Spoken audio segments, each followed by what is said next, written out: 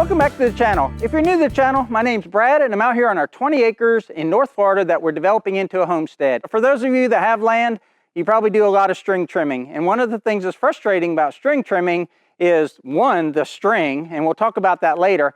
Number two would be respooling the string trimmer. So that's what we're going to do today. I have a Stihl FS55. It's an older model and it actually has the removable end where you can put different attachments on it. But out here at Piney Grove, we're not sponsored, but we really do love Stihl products. They've been really reliable for us. This particular string trimmer I've had for 20 years and it runs just like the day that I bought it. What I'm going to do first, I'm going to take this apart. I'm going to show you how to take the spool out, and then I'm going to show you how to re-spool it. We're going to spool it with some line I've never used before, so we're going to demonstrate that line. And then we're also going to demonstrate two other lines that I have and do kind of a comparison check. I kind of already have in my mind which line I think is going to be the best for the string trimming we do out here on the farm. But in real time, you'll discover, as I do, if this last line we're going to try today beats the other lines that I use. So first things first, we're going to take this apart. So this is the power head, and that's the model number. And I know that Stihl still makes the FS55. I just don't know if they make it with this type of system on it. They call this the Combi system, K-O-M-B-I. But this has been a really good string trimmer for us. It's a 2-cycle, and like I said, it runs like the day it was bought. So now we have the string trimmer attachment, and I'm pretty sure most string trimmers are going to be the same, but you have a spool, and you have your bump and go here. And the way you take the spool out, and you don't need tools, you can actually push on these two little detents here. I've got a screwdriver and a pair of diagonal cutters in case I need to push that a little harder. But in general, you can push one side and lift up that spool, and then push the other side, that other detent, and then your spool head comes out. So now you have the spool, and the spool is held in place by a bunch of detents that secure these little lands. And so you can put it up under one of the lands inside of the casing and it'll stay down, and then it'll come off when it comes past that land. And that will come in handy when we put the spool back in. I measured this one time because I got tired of wrapping it around, cutting it, and then starting another line and wrapping it around. When the string comes out of this, you'll have one going one way and one going the other, so that's 2 rolls of line you have to do on your spool. And you want them to be exactly the same length. So here's what I do to make sure I put the exact amount of line on each one of these spools. I know I need 12 feet. So I just take my tape measure, let my tape measure fall. And there's other ways to measure 12 feet. You know, I'm no genius here. So I just do this way because that way I know and there's no guessing. And I just pull out the tape measure as I pull out the line. And then I hold that 12-foot mark, just fold that, and then pull out another 12 feet for the other side. And I'm trying to get all these loops out because that'll make the string come off the spool better when you're string trimming. So I'll be to the end here. I'll be the end here. That'll give me 2 12-foot lengths right there. Next step, I'll spool this. There's directional arrows on the spool, and there's 2 sections of the spool that you have to spool. So you want to spool the outer or the bump head first. In this case, at least with Stihl, it's got a little detent, and that way you can lock the line in place. So we'll just grab one of these sides here. There's a little detent or a hole. A little hole right there that you push the line in. Then you look at the arrow direction. Arrow direction says spin it this way. So I spool it up like this. If you don't wind this in the correct direction, the way the arrow is here, then you won't get the bump and go. And I've done that before where I've wound it incorrectly and you get that first 5 or 6 feet that you can string trim, and then you bump and go and it won't let the string out. So we almost got the 12 feet on here. And I got that little detent, so I just take the line and push it in that little detent, and now that'll hold that one. So now half of it is spooled. So I grab my second 12-foot length and I put it in the little keeper slot here. Look at the arrows. And then you just wind up your 12 feet on this side. Now this one you're going to have to hold when you put it back in the string trimmer because this doesn't have a little detent, at least not on this spool. But having that front spool held really helps a lot. You've got to hold this bottom one or else it'll unravel. So the first thing I do is I put it over the center, and then I go ahead and thread it through the outlet port. And we talked about those detents earlier. I push it down until it sits under one of those detents, and now the spool stays still. I unhook this side, pull it out through the outlet hole here. Got my cap, and as you see, these are the things that we push in. We push in these right here. We line them right up like that. Push it in, and there you go. So that was fairly quick, fairly easy. Once you've measured that distance, it makes it so much easier. Most spools are going to be 12 foot, but go ahead and measure it once the first time so you know how much.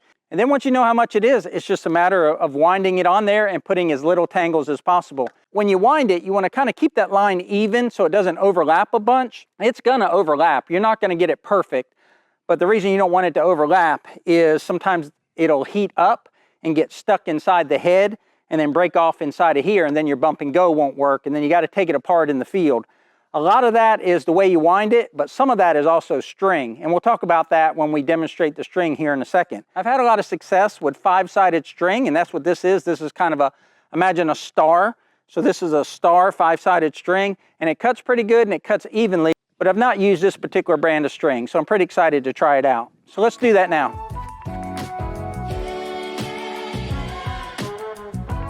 Okay, we got our safety equipment on. We're out here in about 4-year-old bahia or bahia grass. It's a grass that you grow for hay. It's real stringy, it's a tough grass, and it's one that will definitely test out this line. So let's give it a shot, see how she does.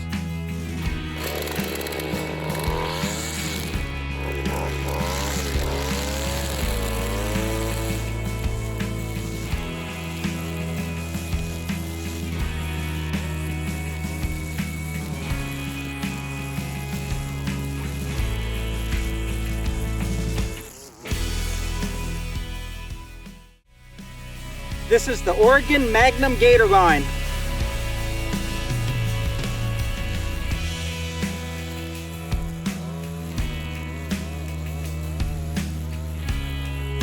This is a square line, and with those sharp edges, it cuts through this bahia grass pretty easily, and bahia grass is pretty tough. So this is a pretty good line right here. So this is the Husqvarna Titanium Force line. We're gonna try this one out.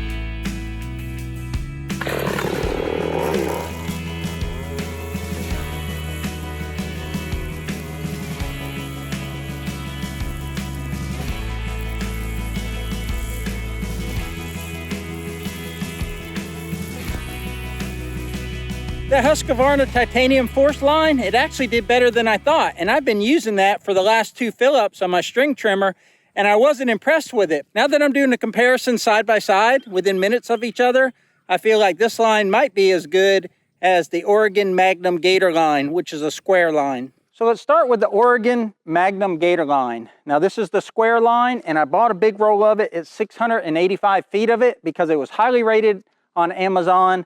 And I had been previously using a star-shaped line from Craftsman, but Craftsman, as part of Sears, has undergone a transformation, and now it's been bought out by Lowe's, and they don't have that exact line that I used to use all the time. And that exact Craftsman star line I used to use had its issues, so I was looking for a new line. So when I first started using this Gator line, I was a little bit disappointed. I had come from that Craftsman line, which lets you do level cuts. It cut real good, it cut real fast. It seemed to last a long time when you'd hit concrete when you were doing your edging along your sidewalks.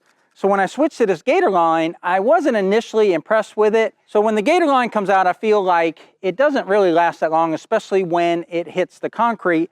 But I also found that if you leave it out too long and you don't do the bump and go and keep putting new line out, it'll tend to get brittle and it'll break off right here. And when it breaks off right there, you have to take the spool apart and pull it out. Now, I did not notice that the Gator line would weld itself inside. And what I mean by welding is when the line wraps over each other like an X inside the spool, as the line gets heated up from use, sometimes it will fuse with the line underneath of it on the spool, and then it doesn't want to feed out correctly.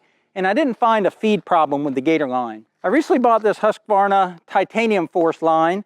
It was highly rated again on Amazon, but it's a round line. And what I found with round lines is that they don't want to cut evenly. If you got areas in your grass or in your lawn where you want to keep that same edge as your lawnmower, it's hard to do that with a round line. But I will say this is a very strong line for doing edging and when it hits concrete and when it hits fence wire, it seemed to do real good there.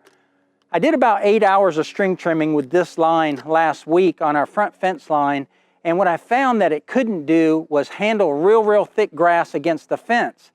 It didn't want to cut as fast as, say, the square lines or the edged lines, and I ended up getting a lot of wrapping on the end of the stringer head. So I was actually very frustrated with that Husqvarna line last weekend, so that's why I got this new line. So this new line is commercial grade Maxi Edge by Arnold.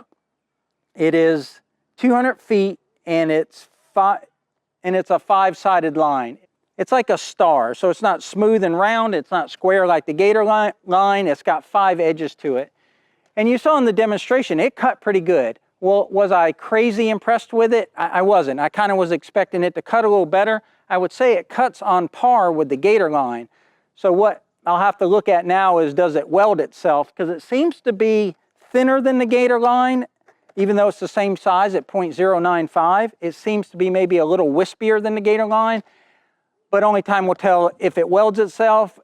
If it frustrates you getting stuck inside of the bump and go head, then I don't care how much this costs, I'm throwing it out. So where are we at? Of all of these lines right here, I would say right now that this Maxi Edge line would be my favorite line of the 3. If you're looking for a line that will last a long time when you're string trimming, as far as you don't have to hit the bump and go a lot, I would say the Titanium Force from Husqvarna is probably the best one for that. If you're looking for a line that cuts quickly and cuts fairly evenly, the Gator line's not a bad choice. But of all these 3, I think the Max Edge, based on my demonstrations today, is the one I would recommend the most for the type of string trimming we do out here at Piney Grove. All right, so that's going to wrap up today's video. We respooled our string trimmer and also showed you 3 different types of line: a round line, a square line, and a 5-sided line. So hopefully that gives you some options going forward in picking a line that you'll need in your specific application. If you like today's video, please click that like at the bottom. Subscribe if you haven't already. Subscribing is 100% free. Hit that bell notification and it'll let you know when we post new videos. But otherwise, that's all I've got. We'll catch you on the next one. Take care, y'all.